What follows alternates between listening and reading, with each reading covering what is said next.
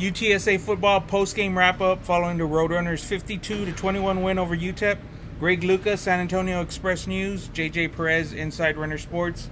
Greg, we had a flurry of activity in this game. Yeah, where do we start?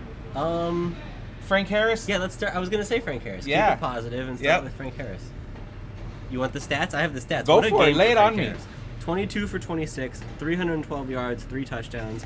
Ran for 2 touchdowns on 43 yards on the ground, too. He was, remember the game against FAU? He was 0 for 6 on the passes that went more than 20 yards in the air. And today it felt like he could hit whatever he wanted. Everything was on point. I'd have to go back and watch the 4 incompletions, but it felt like it was like plays that weren't there or it got batted down or something. Yeah. There was, he's rolling and he misses on a screen pass. But like when he tried to go downfield, it felt like he was always on point and guys were open enough that it worked. And I thought, given the offensive line shuffle, it was the 8th offensive line in 9 games. I thought the protection was pretty good throughout the day. Like the times that they got to him was when they were bringing extra people. It did not feel like people were not putting a man on a man or the guys were coming untouched, which happened a little bit against FAU. Like there were some stunts and stuff that threw them off, and it was just a totally different look for the offense today. And Frank Harris was rolling. I thought it was a statement game from Frank after 2 really rough games where he was, pretty hard on his performances, and he came out today and, quite frankly, did things he didn't do. Is that a pun, frankly? Yeah, quite frankly, yeah.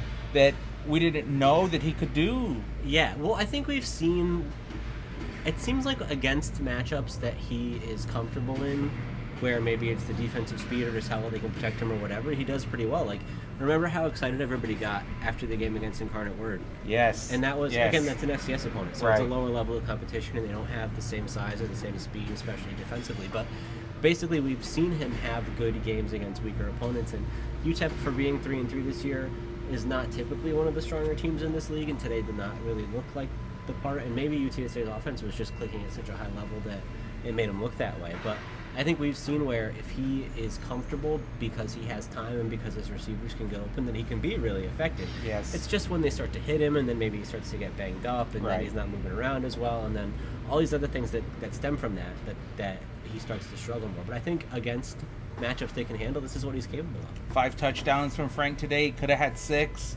And, just an overall great day for the offense. 600 yards of offense. And I want to highlight Brendan Brady, who got the start today. Sincere McCormick was one of the guys out. He had a personal reason. Congratulations. He had a baby. Yeah. And Brendan got the start and was a workhorse for that offense. Right. It was such an interesting situation because early in the first quarter, they didn't really get much going on the ground. Yeah. And Brendan was part of that. I'd have to look at the splits, but I think he probably had about 0 yards somewhere in that range. Yes. And so minus 10 in the first quarter. It was overall. one of those things where eventually, I don't know if maybe it was just entirely on the blocking that he found more openings, but he was able to make things happen. He was breaking some tackles, and he was also getting the yards that were there for him as well. So I thought he was a pretty effective option in this game. There was a couple times, at least one I can remember specifically, where he got loose for a pretty big gain, and I just thought it was a really solid game for him. It's exciting for the Roadrunners to think about the prospect of being able to see Sincere and Brendan in the same backfield and what they could do together, which we might get that opportunity as soon as next week. Yeah, and it's a pretty big game for Brendan because on the mental aspect of it, he missed a lot of time with that ankle injury, and he came back and played against FAU, but they held him back a little, and for him to come out, I think it's big from a mental standpoint too. Yeah, we wonder how much he benefited from the extra week off with the Rice postponement. Right. We talked to him about it this week, and he said he feels a lot better and he feels fresh, but clearly he was pretty ready to go in that game against FAU, and it was those field conditions that Traylor said he didn't play more in. It just seems like that Traylor's pretty conservative with those situations, and he doesn't want to rush kids back or put them in a situation to get re-injured. So I think that we saw some flashes, like the touchdown catch that got called back against FAU. He looked like himself, like on that play. And I think today it was even more evident that 2 weeks later, 2 weeks even healthier, that he was 100% good to go. Let's talk about the defense a little. UTSA was without their coordinator, Ty Nix. We'll touch on that in a little bit. I think we should touch on it first. You want the Jess Lepp was calling plays today. Coach Traylor told us.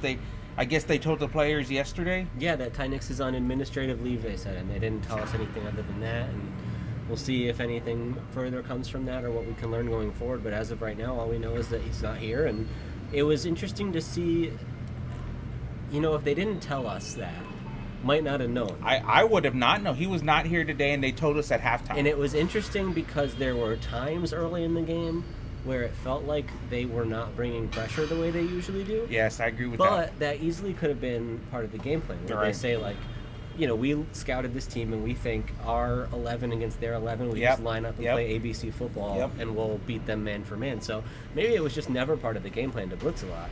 Or maybe it was because he wasn't there. So it's hard to really say what could have led to that, but what struck me was at halftime, the halftime adjustment.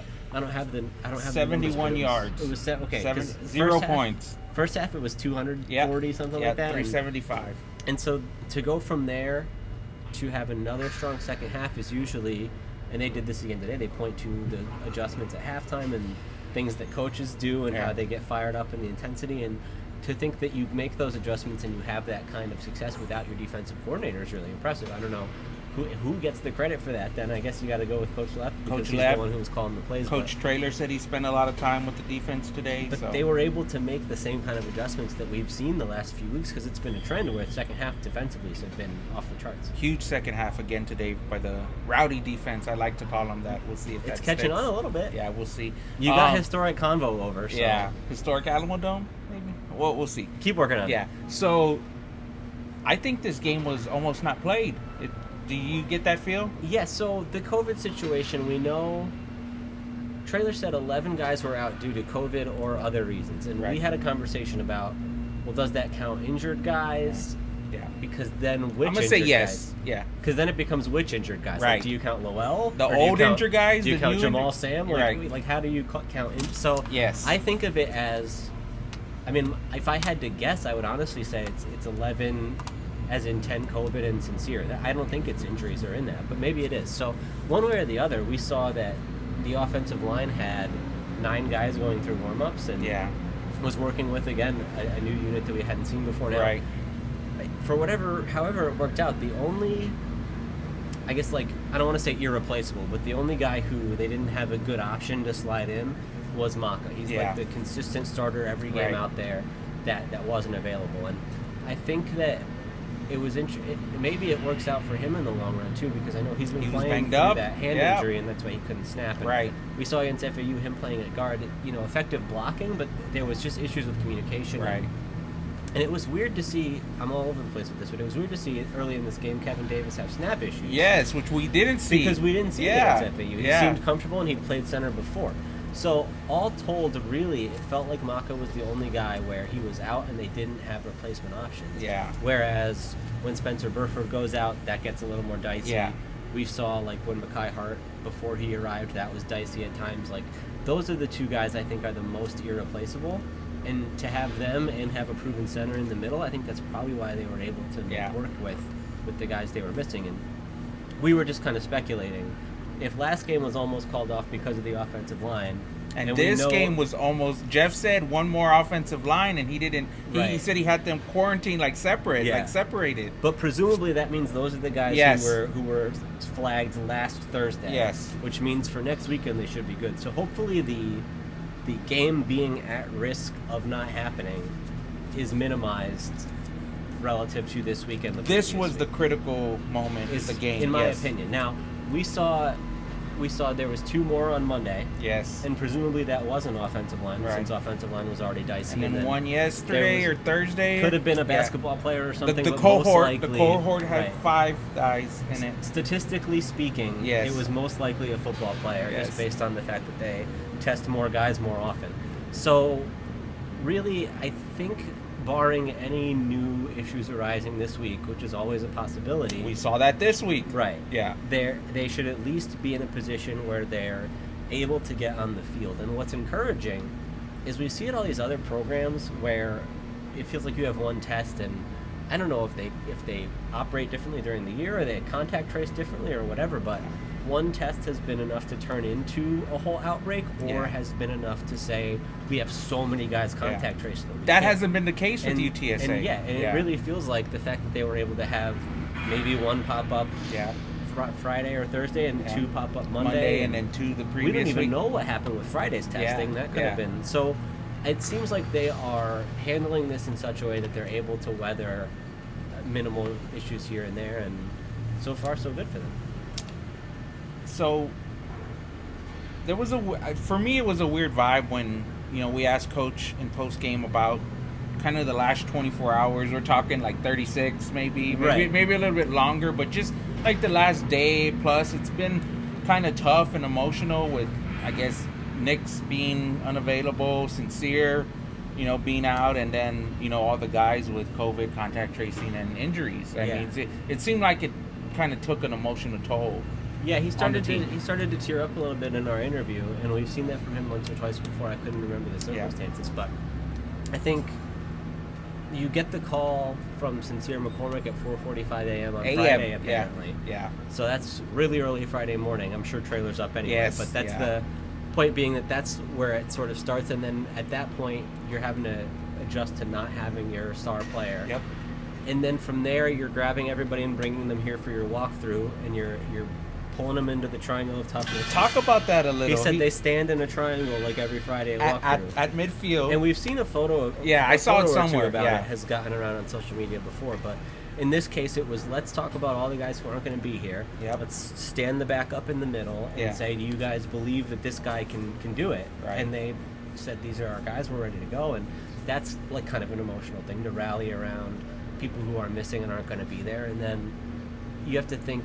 It sounds like they found out about Nick's on Friday. Like that's what Rashad said, and Trailer said it was a late night Friday and an early morning Saturday. So now you're mixing sleep deprivation into the mix too, and I think it's enough to take a toll on anybody. Like you said, I think he said it's a tough business, something like that. So that's it is tough. I understand where it becomes an emotional thing for him. What about he shared with us? He keeps a journal on him that he writes things I'm on just like, during the game. Yeah, potentially during timeouts or whatever. Yeah. Maybe I'm being like selective with filling this in, but I feel like I've seen him pick it up or put it down on the table before for our interviews. But yes, I do too. But it never really occurred to me that it was relevant or what was in there. I don't know what I thought it was, but that's pretty cool that he's like taking these little notes down. And it was telling that he said that this week he wrote something like today's not supposed to go well. It's not supposed to be a good day. And it turned out to be. Yeah, turned out to be a great day. Turned to be the best day. Yeah. They the best game of the season, by far. Yeah.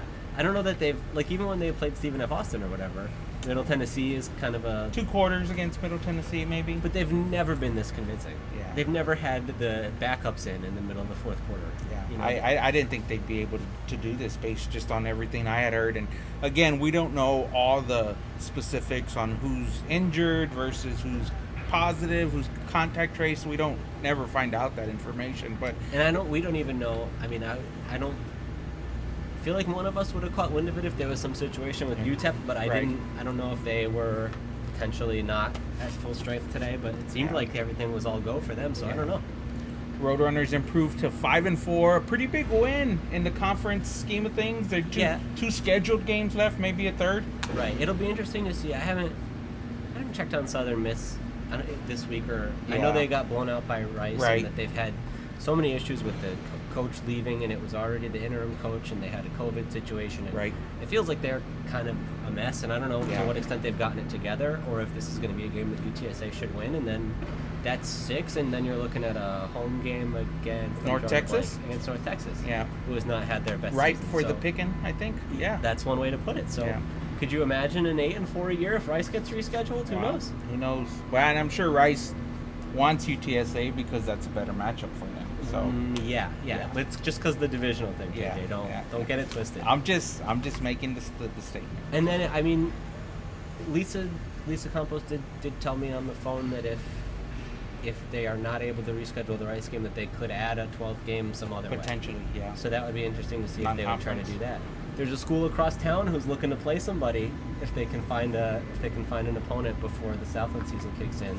That being Incarnate Word. So who knows if everything went to hell if they could just plug that game in and have them drive across town. But that would require a second Woolen party. So I guess we'll see. We hit on everything today.